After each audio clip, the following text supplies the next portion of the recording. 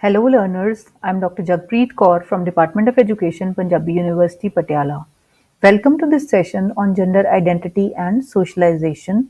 In this session, we will discuss the concept of gender identity, socialization and gender socialization. We will also discuss the different forms of socialization and the effect of family on gender identity of a person. First, let's discuss the concept of gender identity. Gender identity is the way one feels and the way one expresses one's gender to others, including the way one dresses up, talks, and acts. For some persons, there is a mismatch between the gender identity and their biological sex. Gender identity should not be confused with one's sex. These two affect each other, but they should not be considered as the same. Next is the development of gender identity. There are a number of studies which suggest that gender identity is generally developed in children in three distinct stages. At the preschool stage, children learn about the predefined physical and social aspects of the gender. At around 5 to 7 years of age, gender identity gets consolidated and becomes rigid and defined appropriately. During the later years of life, there is a downward slope of rigidity and fluidity returns, and socially defined gender norms are somewhat relaxed. Though gender identity formation is not a simple process and not yet completely understood, many factors are thought to be affecting its development right from the childhood until adulthood. These factors are biological factors, social factors, observation and imitation, language, and competition. The biological factors are the factors such as pre and postnatal hormone levels and genetical features. The social factors include the gender roles as being emphasized by the family, eminent personalities, mass media, and other influential persons in child's lifespan. The gender concepts and personalities of the children are influenced by the people surrounding them, whom they hero worship as their role models. Observation and imitation. According to the social learning theory, gender identity of children is developed by observation and imitation of gender related behaviors of the immediate people around them. Sometimes they are appreciated for following the behaviors of persons of the same gender and rebuked for aligning their behaviors with that of opposite gender. For example, female children are generally applauded for following their mother's liking of the household work but are not liked in a way if they try to align themselves with their elder brother's love for basketball. Similarly, language does play an important role in the formation of gender identity. Children learn to distinguish between masculine and feminine features during the process of language learning and try to conform their behavior to these pre established gender norms and rules in the society. Competition for achieving some position and influence in the society also has an impact on one's gender identity. This may be because of the fact that in most of the societies, gender is highly stratified as men possess more power and privilege in the society than women and other genders, especially in Indian context.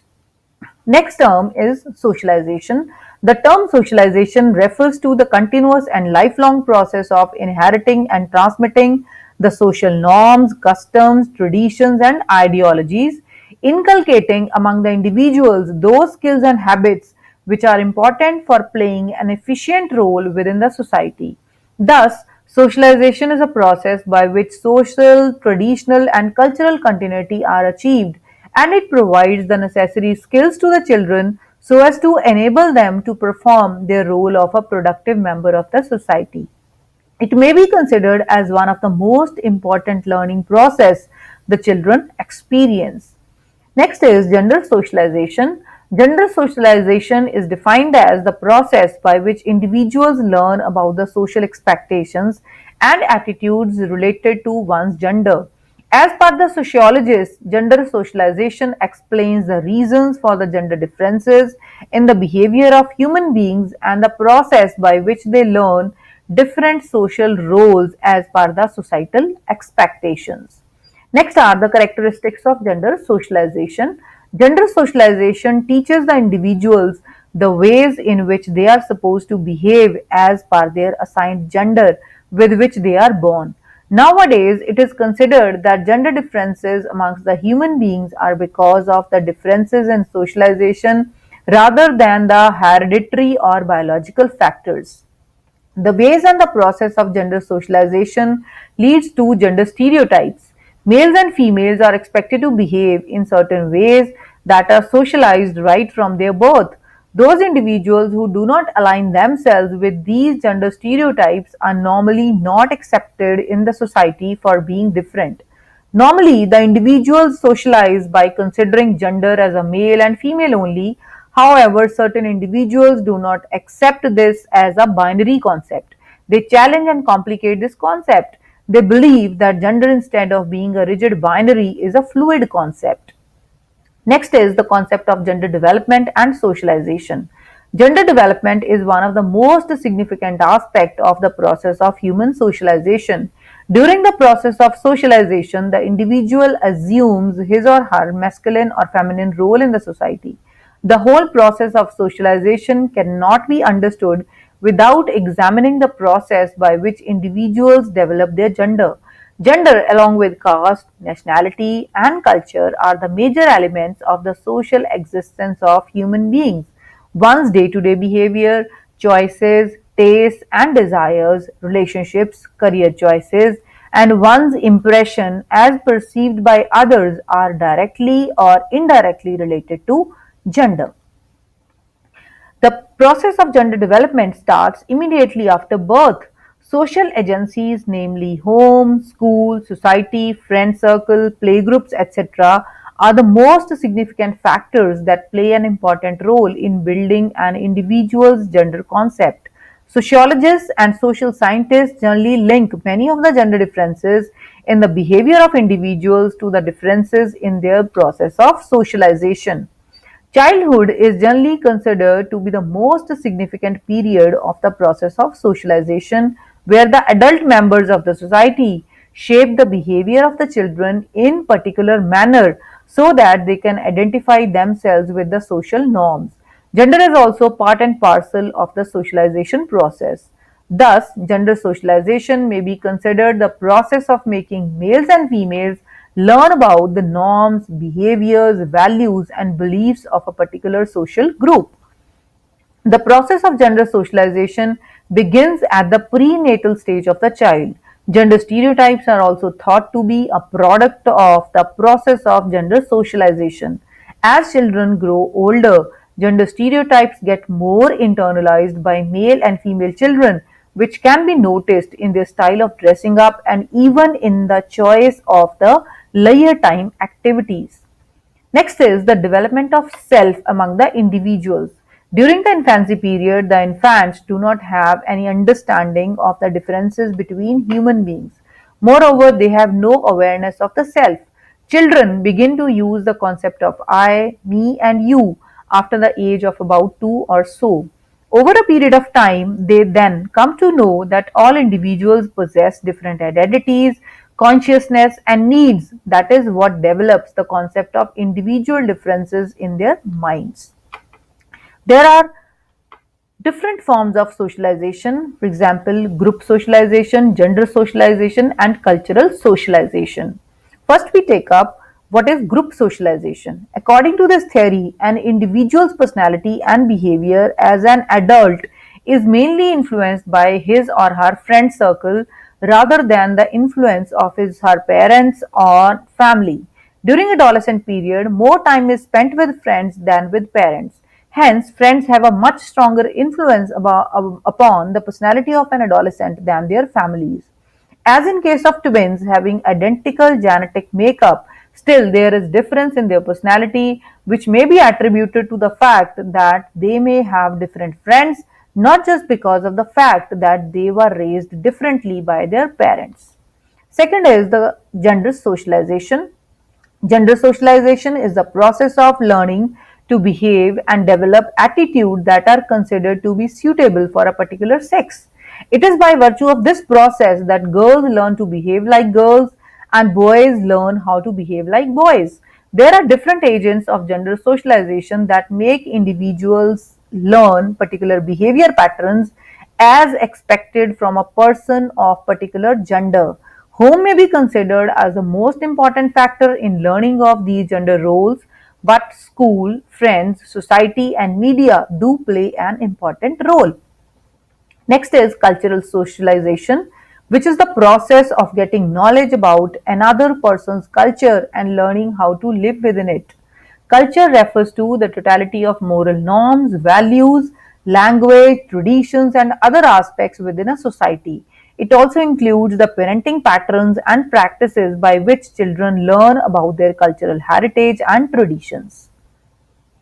Next are the different socialization theories on gender and gender differences. Cooley's theory of looking glass self.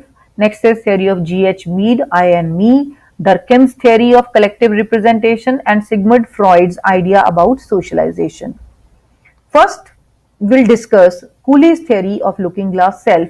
According to this theory, there are three stages of formation of self. Stage 1 is the imagination of our appearance of how we look to others. Stage 2 is the stage of imagination of their judgment of how we look and how we think others judge our behavior. The third stage is how we feel about their judgment, that is, our feelings, self feelings, and about their judgments. Next theory is theory of G.H. Mead, I and me. According to this theory, there are two phases of the development of self. First is the play stage, second is the game stage. At the play stage, infants and young children develop as social beings, first of all, by imitating the actions of those around them. In their play, small children often imitate what adults do. They often play house, mummy papa, or school, teacher student, enacting the role of mother, father, teacher, or any other person important to them. Mead calls this process as taking the role of others, role taking, learning what is to be in the shoes of another person. Next is the game stage. It is the next stage of child development, which according to Mead occurs at about 8 or 9. The child starts taking part in the organized games. To learn organized games, one must understand the rules of the play, notions of fairness and equal participation. Next is Durkheim's theory of collective representation. Though Emile Durkheim has not directly talked anywhere in his writings about the development of the sense of self or the process of socialization of the individual, he has definitely described the role of the society in the formation of personality, that is, attitudes, beliefs, and behavior of the individuals. In his theory, it is emphasized that the individuals learn the process of socialization by practicing the norms and the behavior of a particular group. Next is Sigmund Freud's idea about socialization. According to Freud, the process of personality development is in the three stages: the id, the ego, and the superego. The id represents the instinctive desires which may be viewed as an unsocialized aspect of human nature. It is the obscure, inaccessible part of our personality. It is the source of drives, animal impulses of man, hunger, aggression, and sexual drives, demanding immediate satisfaction in some way or the other. The ego is the acting individual. It serves as the mediator between desire and action, representing the urges of the id when necessary. It tries to mediate the resultant conflicting demands of the id and the superego. Freud presents the relation between the id and the ego as similar to that between a horse and its rider. The superego, the conscience, represents the social ideals, norms, values, traditions, the idea of moral and immoral, etc. It seems as internalized parental and social authority. The parent is no longer outside telling the child what to do, but is inside the psyche, invisibly overseeing the child's thoughts and actions, praising what is right, and making the child feel guilty for wrongdoing. In society, however, instant gratification is rarely possible and it must be controlled. Next is gender identities and socialization practices. Socialization is the process in which we learn the norms and values of the society we live in. The socialization that one receives in childhood has a lasting effect on his or her ability to interact with others in society. The most influential agents of socialization in childhood are family, school, peers, and media. Next, we'll discuss the role of family in developing gender identity of an individual. The family is a primary agent of socialization. It is responsible for the basic skills that are learned to be a functional member of the society. Example, communication, mobility, right from wrong, because at a young stage, the family is the most dominant agent of socialization and thus has a direct influence on one's gender identity. Next is the effect of family in terms of identity confusion, changing family values, ethos, value transformation, working women in the family, parenting styles, parents' preferences, non stereotypical parents, career oriented mothers, political socialization, gender assignment, parents' gender stereotypical expectation from the children, parents' gender role modeling, and parents' differential treatment of daughters and sons. Identity confusion with the changing family structure, function, and role relationship is giving rise to the identity crisis among the members of a family. Earlier studies indicated that there are large number of traits that are differently ascribed to men and women in general. Men are considered frank and straightforward in social relations, intellectually rational, logical, competent, and bold. On the other hand, the stereotype for women embraces the social amenities, emotional warmth, and a concern for affairs besides the material. As a result of the growing literacy, mass movements for education, information, exposition, women's liberation, feminist movement, and globalization, gender roles are expanding both for females and males. Next is changing family values and ethos. Family is a link between continuity and change. It is a major source of nurturance, emotional bonding, and socialization. However, urbanization, industrialization, globalization, better educational opportunities, and consequent exposure to Western ideals and norms, women movement for equal rights and status have played major roles in changing the face of Indian families. Next is value transformation. The family invasion by television, internet, mobile phone, video culture, and growing consumerism has further helped the process of value transformation across the societies.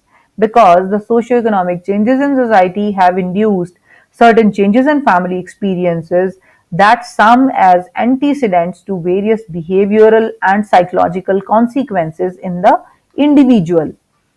Moreover, working women are there in the society. People wish to live in small nuclear family units while continuing to draw strength from the extended family, particularly during times of stress, strain, and crisis. It is especially evident in case of dual earner family where both husband and wife work outside as full-time worker. This results in ambiguity in setting their roles, responsibilities, and expectations for growing children and adolescents. The worst affected are the girl and women of the family who are expected to have both traditional as well as modern roles to play. Then parenting. As infants, we are completely dependent on others to survive. Our parents or those who play the parent role are responsible for teaching us to function and care for ourselves. Thus, along with the rest of our family, also teach us about close relationships, group life, and how to share resources.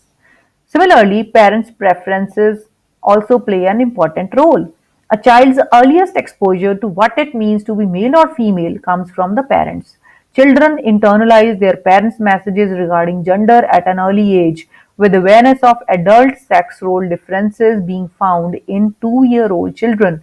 Parents treat sons and daughters differently. Before children can express their own preferences, parents begin to create different environments for the boys and girls. Then, non-stereotypical parents. There are costs involved in marinating gender role stereotypes. These costs include limiting opportunities for both the genders, ignoring talent, and perpetuating unfairness in the society. When children are exposed to non-stereotype models, for example, mothers who are employed or fathers who do the ironing and cooking, they are less traditional in their beliefs and behaviors. Moreover, career oriented mothers, the girls with career oriented mothers often engage in typically masculine activities, have higher educational aspirations, and hold non traditional vocational goals.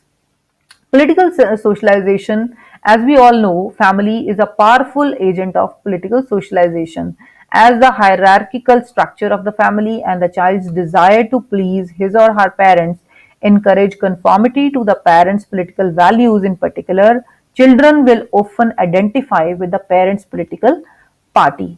Then gender assignment is also there. When parents have a new baby, the first question they typically ask is whether they have a boy or a girl. Children's gender assignment becomes a powerful social identity that shapes children's lives. During early childhood, girls and boys spend much of their time in the home with their families and look to parents and elder siblings for guidance. Parents provide children with their first lessons about gender. Parents' gender stereotypical expectation may occur regarding personality traits. For example, boys are aggressive in terms of abilities. Example, girls are good at reading, activities and roles. Example, men are scientists. As gender equality has increased in many cultures during the last several decades, there has been a corresponding increase in adults' endorsement of gender egalitarian attitudes. Next is parents' gender role modeling. One of the dramatic social changes in much of the industrialized world in the last 50 years has been in the entrance of women in the labor force.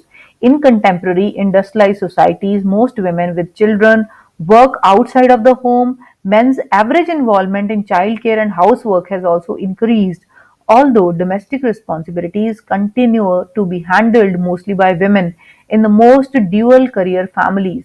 Research finds that fathers' children's gender stereotyping through active involvement in childcare. Fathers demonstrate that the adult male roles may include nurturing as well as instrumental activities. Then parents' differential treatment of daughters and sons. In many parts of the world, parents with limited financial resources have a strong preference for sons. As a result, priority for resource opportunities ranging from healthcare to education may be given to sons over daughters. This contrast in the differential treatment of sons and daughters is generally not seen in developed countries. Nonetheless, there are common ways that parents in these two societies may socialize girls and boys in a different manner. So, from this discussion, it can be concluded that parents are the most important socializing agents as they help the children by encouraging their involvement in organized activities, example sports, teams, and science camps. Parents can affect their children's experience outside of the family. The traditional image of the two parent heterosexual family with the father serving as the provider and the mother as the homemaker is no longer the norm in most of the industrialized nations. Instead, most mothers pursue jobs outside of the home and many fathers are involved in childcare. So these are the different references that has been consulted for this particular session. So in this session, we have discussed the concept of gender identity, socialization, gender socialization, and the role of family in developing gender identity of the individual. I hope you find this session helpful to you. Thank you.